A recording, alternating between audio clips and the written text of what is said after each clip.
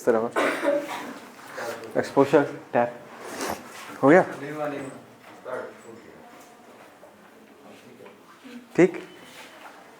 अच्छा, कल हम जो डिस्कस कर रहे थे अबाउट स्ट्रेस, और मैंने ये कहा था कि भाई स्ट्रेस के बारे में जब बात करोगे ना, you think about restoring forces, और कभी कभी रेस्टोरिंग फोर्स का वैल्यू एक्सटर्नल फोर्स के बराबर हो जाता है। स्ट्रेस का फॉर्मूला क्या है? That is restoring force per unit area, right. और हमको ये भी पता है कि यही रेस्टोरिंग फोर्स है जो बॉडी को अपना फिर से पुराना शेप एंड साइज रिटर्न करता है। अब पूरा रिटर्न करेगा नहीं करेगा डिपेंड करेगा वो मटेरियल किससे बना हुआ है। Is that clear? तो उसके बाद हमने ये डिस्कस किया कि भाई अगर हमको किसी बॉडी में स्ट्रेस डेवलप करना है तो सबसे पहले क्या करना पड़ेगा? सबसे पहले भाई लोग इधर इस तरफ सबसे पहले बॉडी को डिफॉर्म तो करना पड़ेगा ना, बिकॉज रेस्टोरिंग फोर्स तो अपने आप डेवलप होता नहीं है जब तक तुम स्प्रिंग को कंप्रेस नहीं करोगे, जब तक तुम स्प्रिंग को एक्सटेंड नहीं करोगे। स्प्रिंग फोर्स डेवलप होगा क्या? जब तक बॉडी को तुम डिफॉर्म नहीं करोगे। तो सारे आइटम्स अपनी जगह पर खुशी खुशी बैठे हैं, उनके बीच का बॉन्ड्स नेचुरल लेंथ में है, they're in equilibrium. But the moment I deform the body, either the atoms are coming closer to each other or the atoms are moving away from each other. Just like the spring will either get compressed or extend, giving rise to restoring forces. ठीक है? तो हमने 3 category में divide किया कि नहीं, अगर किसी बॉडी को हमको डिफॉर्म करना है तो हम तीन तरीके से क्लासीफाई किया। कि एक रॉड इमेजिन करो, रॉड को हमने खींच दिया तो फोर्स क्या हो गया? Force is perpendicular to the surface. ठीक, उसका लेंथ के अलॉन्ग होता है वो फोर्स, तो इसको हमने लॉन्गिट्यूडिनल स्ट्रेस कहा या नॉर्मल स्ट्रेस भी कहा। लॉन्गिट्यूडिनल के सेंस में कहा बिकॉज वो जो फोर्स है that is acting along the length. Normal के सेंस में कहा कि वो जो फोर्स है that is perpendicular to the surface. ठीक। अच्छा, ऐसे फोर्स लगाने से रॉड का लेंथ आइदर बढ़ेगा या घटेगा। 2 टाइप के होते हैं, normal stress, tensile stress, length बढ़ जाएगा, कंप्रेसिव स्ट्रेस, लेंथ घट जाएगा। सिंपल है, राइट? ओके। फिर मैंने तुमको कल ये भी दिखाया था कि एक रॉड को दोनों तरफ से खींचा था, तब मैंने दिखाया था कि एक्सटर्नल फोर्स और रेस्टोरिंग फोर्स दोनों का वैल्यू क्या है? सेम। सेकंड केस में ये दिखाया था वही रॉड है लेकिन हमने फोर्स सिर्फ एक ही तरफ लगाया, तो वो रॉड क्या करेगा? मूव करेगा। तो अलग अलग टुकड़ों में मैं अगर रेस्टोरिंग फोर्स का वैल्यू चेक करूँ, वो वैल्यू क्या आएगा? अलग अलग आएगा। याद है वो कहानी जो बताया था? इसका मतलब अलग अलग क्रॉस सेक्शन में स्ट्रेस अलग अलग होगा। फोर्स ही अगर बदल गया तो स्ट्रेस भी क्या हो जाएगा? बदल जाएगा। ठीक है ना? उसके बाद नेक्स्ट हमने शेयर स्ट्रेस के बारे में डिस्कस किया था, घिसने वाला फोर्स। तुमको वो फील दिया था ना कि whenever you look at a body, तुम लेयर टाइप्स इमेजिन करो। तो अगर मैं ऊपर वाले लेयर को घिस देता हूँ तो ऊपर वाला लेयर जब आगे बढ़ना चाहेगा, स्लाइड करना चाहेगा, वो नीचे वाले लेयर के अगेंस्ट घिस के आगे जाना चाहेगा, तभी रेस्टोरिंग फोर्स आएगा। बिकॉज स्लाइड करवाना तो इतना आसान नहीं है, क्योंकि तुम तो स्लाइड करवाना चाहते हो लेकिन नीचे का जो रेस्टोरिंग फोर्स है वो उसको स्लाइड करने से रोक रहा है, ऑपोजिट डायरेक्शन में फोर्स लगा रहा है। वो भी फोर्स क्या होगा? टेंजेंशियल ही होगा। तो that restoring force divided by the area over which the tangential force is acting. क्या बोला मैंने? The area over which the tangential force is acting. Imagine हुआ घिस रहे वो वाला एरिया। वैसे हम शेयर स्ट्रेस निकाल लेते हैं। अभी लास्ट वाला बाकी है, वॉल्यूमेट्रिक स्ट्रेस। ये भी तो एक तरीका था ना बॉडी को डिफॉर्म करने का। फुटबॉल का एग्जांपल दिया था, फुटबॉल को पानी में डुबा दो तो लिक्विड हमेशा फुटबॉल के सरफेस पे परपेंडिकुलरली फोर्स लगाएगा। हम फोर्स के टर्म्स में बात नहीं करते लिक्विड्स में, हम प्रेशर के टर्म्स में बात करते हैं। बात तो एक ही है, pressure is nothing but force per unit area. तो देखो तुम्हारे पास एक फुटबॉल है, तुमने उसको पानी में या किसी लिक्विड में डुबा दिया तो चारों तरफ से फोर्स लग रहा है, तो वो उसका साइज थोड़ा तो छोटा होगा, उसका वॉल्यूम थोड़ा तो कमेगा, लेकिन शेप नहीं बिगड़ा। पहले स्फेरिकल था, अभी छोटा स्फीयर है, पहले बड़ा स्फीयर था, अभी छोटा स्फीयर है। तो वॉल्यूमेट्रिक स्ट्रेस जब लगता है, वॉल्यूमेट्रिक स्ट्रेस का पहचान ही है कि फोर्स तो एक तो सरफेस के परपेंडिकुलर होता है और हर तरफ लगता है, चारों तरफ से लगेगा। तो वो अगर स्क्वीज होगा तो चारों तरफ से हो, इसलिए उसका जो शेप है वो चेंज नहीं होता। स्फीयर था, स्फीयर रहेगा, but what will happen to the volume? Volume is going to decrease. Increase भी कर सकता है, इसको गर्म कर दिया मैंने फॉर एग्जाम्पल, तो वॉल्यूम इंक्रीज भी कर सकता है। But what I am concern about is that such a stress, जब इसको मैं दबाऊंगा, इसको दबाना आसान नहीं होगा।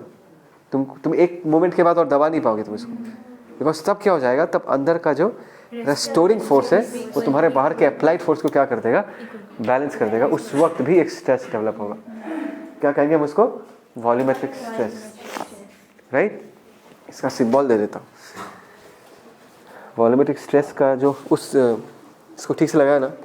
नहीं नहीं, कल साउंड रिकॉर्ड नहीं हुआ था इसलिए बोल रहा हूँ। जैक हाँ, जैक को ठीक से लगाया ना? हाँ। So this is all about volumetric stress, ठीक है ना? इसका सिंबल मेरे को याद नहीं आ रहा भाई, सिग्मा टाउ मैं देख के बता दूंगा, ठीक है ना? जो भी है volumetric stress is equal to restoring force divided by what? Area, right? Per unit area कितना रेस्टोरिंग फोर्स लग रहा है। अरे सबका फॉर्मूला सेम ही है, कुछ डिफरेंस नहीं है, टाइम पास है बस, ठीक है ना? Okay fine. नाउ एक तो हमने ये देखा कि अगर हम बॉडी को डिफॉर्म करते हैं तो बॉडी का रिस्पॉन्स क्या है? It creates restoring force. Is that clear? अच्छा, पहले तो डिफॉर्म करना पड़ेगा। और जैसे कि अगर मैं स्प्रिंग का एग्जांपल लूँ, स्प्रिंग रिटर्न में कितना फोर्स लगाएगा वो तो डिपेंड करेगा ना तुमने स्प्रिंग को कितना ज़्यादा कंप्रेस किया, कितना ज़्यादा इलोंगेट किया, कितना ज़्यादा डिस्टर्ब किया, right? So can I say उसका जो रेस्टोरिंग फोर्स होगा that will be proportional to the amount of deformation. जितना ज़्यादा डिफॉर्म करोगे उतना ज़्यादा वो अपोज करेगा, उतना ज़्यादा रेस्टोरिंग फोर्स होगा। तो तुमने डिफॉर्म कितना किया इसको भी तो मेजर करना पड़ेगा ना, बिकॉज रेस्टोरिंग फोर्स कितना लग रहा है that is directly dependent on कि तुमने बॉडी को कितना ज़्यादा डिस्टर्ब किया, डिफॉर्म किया। तो in order to measure the amount of deformation, in order to measure कि कितना डिफॉर्म हुआ है। भाई फिजिक्स में हम सब कुछ मेजर करते हैं। कहानी बताया था ना, ये चिल्ला रही है कि आज गर्म है, नहीं आज ठंडा है, वो चिल्ला रही है कि कल ठंडा है। The only way to bring an end to this argument is to measure the temperature and then see. Physics में हम हमेशा मेजर करते हैं, गैस करके नहीं बोलते। तो यहाँ पर भी अगर हमको ये बताना कि एग्जैक्टली कितना स्ट्रेस डेवलप होगा, हमको एग्जैक्टली ये डिसाइड करना पड़ेगा, निकालना पड़ेगा कि स्ट्रेन कितना है। And what is strain? Strain is a way of measuring the amount of deformation. Bouncer जा रहा है क्या? Strain is the way of determining कि भाई तुम्हारा बॉडी कितना बिगड़ा है, कितना डिफॉर्म हुआ। तो इसको हमने डिफाइन कैसे किया? Change in configuration by original configuration. What do you mean by configuration? Configuration word तुमने वर्क पावर एनर्जी में मिला होगा। Potential energy is an energy which is possessed by body when its configuration changes. बहुत ही गंदा सा definition है, इससे कुछ समझ में नहीं आता, लेकिन कॉन्फ़िगरेशन का मतलब है शेप एंड साइज, राइट? तो अगर मैं रॉड के लेंथ के बारे में बात करूँ, भाई उसके लिए चेंज इन कॉन्फ़िगरेशन क्या होगा? Del L. रॉड की केस में अगर बात करूँ तो अगर मैं चेंज इन कॉन्फ़िगरेशन बोलूँ तो क्या बोलूँगा? Del L, correct? अच्छा, अगर मैं तुमको एक वॉल्यूमेट्रिक बॉडी के बारे में बात करूँ वहाँ पर डेल वी होगा। अगर तुम शेयर के बारे में बात करो कि शेयर लगाने से भी तो बॉडी बिगड़ जाता है, रबर बैंड हो गया तो हाँ, उस केस में स्ट्रेन थोड़ा सा एक अलग तरीके से मेजर करेंगे। अभी बोलूँगा तो कंफ्यूज हो जाओगे, अभी थोड़ा उसको साइड में रखते हैं। लेकिन तुमको ये वॉल्यूमेट्रिक स्ट्रेन वाला कहानी समझ में आया कि किसी का वॉल्यूम अगर बदल देते हैं तो चेंज इन कॉन्फ़िगरेशन से हमको क्या समझ में आएगा? We talking about del V. Ayush जिंदा है ना? ये talking about del V, right? और अगर हम किसी रॉड के बारे में बात करें तो रॉड का चेंज इन कॉन्फ़िगरेशन मतलब दिमाग में क्या चमकेगा? Okay sir is talking about the change in length, correct? Divided by original configuration. What is original configuration? Rod के केस में एक्चुअल लेंथ, वॉल्यूमेट्रिक ऑब्जेक्ट के केस में एक्चुअल वॉल्यूम। तो this is basically ratio, this is basically ratio, change in configuration by original configuration. थोड़ा सा feel करो तो इससे क्या पता चलेगा तुमको? अगर तुम 10 मीटर को 5 सेकंड से डिवाइड करोगे तुमको क्या मिलेगा? 2 मीटर पर सेकंड। पर यूनिट में आंसर मिलता है ना कि पर सेकंड में कितना मीटर्स ट्रैवल कर रहा है वो। तो यहाँ पर भी अगर तुम रेशियो में डिवाइड करोगे तो तुमको क्या मिलेगा? Just think about rod, change in length per unit length, मतलब रॉड का एक्चुअल लेंथ अगर 1 सेंटीमीटर है तो 1 सेंटीमीटर में कितना लेंथ इंक्रीज हुआ या डिक्रीज हुआ, ये रेशियो ये रिप्रेजेंट करेगा। नहीं आया समझ में? और एक बार बाकी लोगों को देख के लग रहा नहीं आ रहा। चेंज इन कॉन्फ़िगरेशन भाई, मैं ज्योतिषी भी हूँ पता है। मैं लोगों का मैं जब पढ़ाना जब संन्यास ले लूँगा that is my second career option.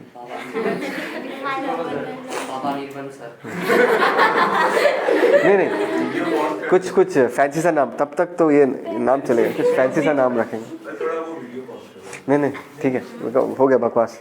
Siddharth तू आँख बंद करके ऐसा फील लेता ना, मुझे भी सीखना है यार। इधर ओ सॉरी, इधर। तो मैं फिर से रिपीट कर रहा हूँ, ऊपर क्या है? चेंज इन लेंथ कितना है? 5 सेंटीमीटर। वैल्यूज लेता हूँ, change in length 5 centimetre, actual length 1 metre, divide कर दिया तुमने, राइट? ऊपर 5 सेंटीमीटर, नीचे 1 मीटर में 100 सेंटीमीटर होते हैं, राइट? तो 5 डिवाइडेड बाई 100 आया। Is that clear? तो क्या मिलेगा तुमको? 0.05। What is 0.05? What is 0.05? 0.05 centimetre पर सेंटीमीटर आएगा। भाई ऊपर भी सेंटीमीटर है, नीचे भी सेंटीमीटर है, तो 5 centimetre divided by 100 centimetre is 0। हाँ, हम बोलने देना, पता है कैंसिल होगा, मुझे बोलने दे पहले, मुझे बोलने दे पहले।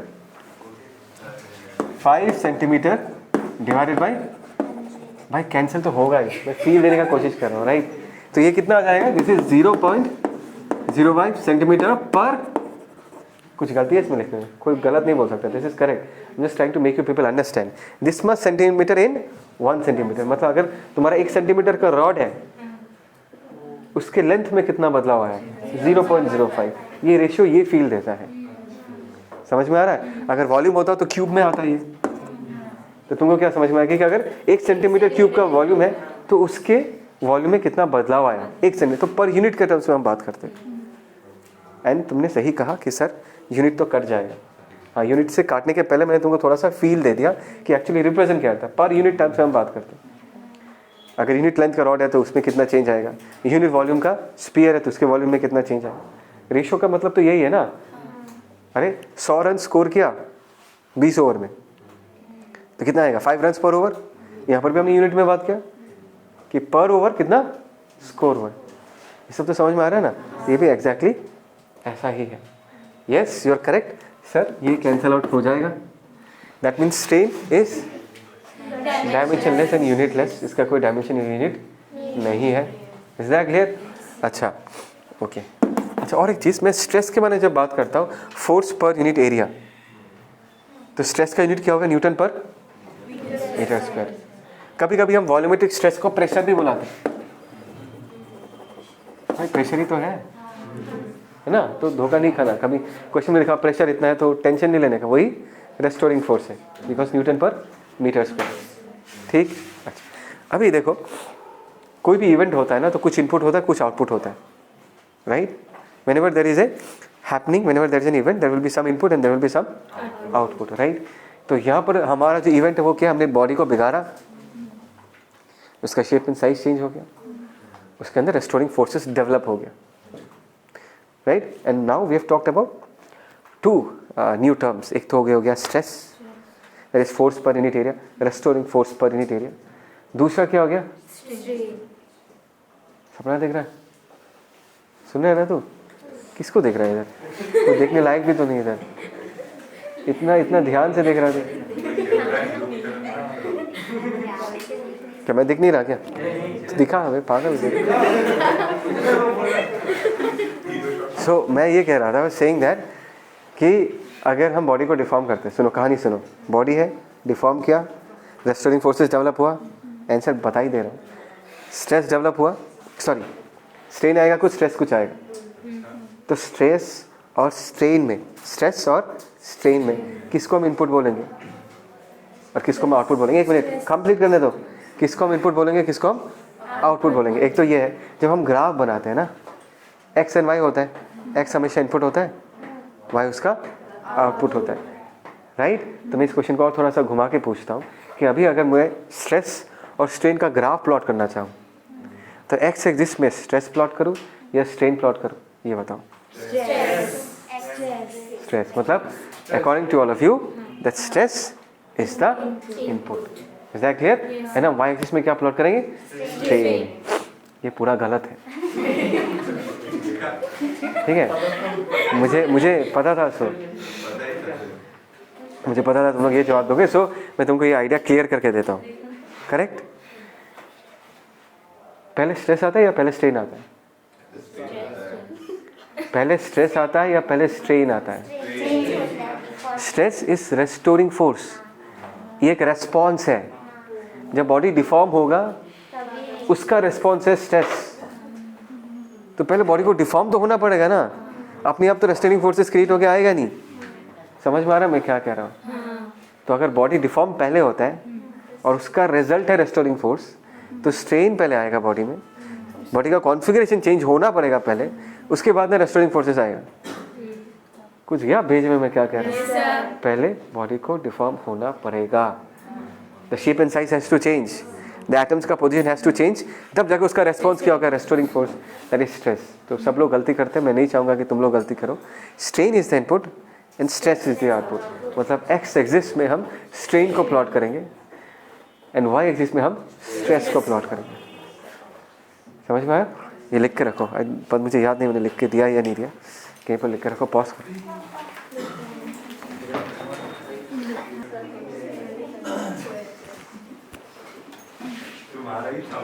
ओए नमन, शांति से। We talked about strains right, and it is very obvious कि अगर 3 अलग अलग टाइप ऑफ स्ट्रेस है तो 3 अलग अलग टाइप ऑफ स्ट्रेन होगा, राइट? ऑब्वियस है। पहले क्या हो जाएगा? लॉन्गिट्यूडिनल स्ट्रेन, एग्जाम्पल भी देख के समझ में आ चुका होगा। रॉड को खींचा, रॉड का लेंथ डेल एल से इंक्रीज हो गया, तो स्ट्रेन क्या होगा? Del L by L. Body है, एक फुटबॉल है, फुटबॉल को चारों तरफ से प्रेशराइज किया गया, वो बाहर की तरफ से, तो इसका वॉल्यूम क्या कर जाएगा? श्रिंक कर जाएगा। तो वॉल्यूमेट्रिक स्ट्रेन हम कैसे डिफाइन करेंगे? Del V by V. ये थोड़ा एक्सप्लेन करना पड़ेगा तुमको, शेयर स्ट्रेन, ठीक है ना? देखो बेसिकली स्ट्रेन क्या करता है? स्ट्रेन तुमको ये मेजर करके देता है कि बॉडी कितना बिग रहा है, बॉडी में डिफॉर्मेशन कितना आया है। Is that clear? तो शेयर स्ट्रेन में अगर तुम्हारे पास ऐसा एक सरफेस है, तुमने टॉप सरफेस को ऐसे घिस दिया, कल भी ये डायग्राम मैंने बनाया था, तो पूरा शिफ्ट होकर आगे आ जाएगा। Is that clear? तो can I say phi will give you an exact idea कि तुम्हारा बॉडी कितना डिफॉर्म हुआ। फाई क्या है? This is the vertical face.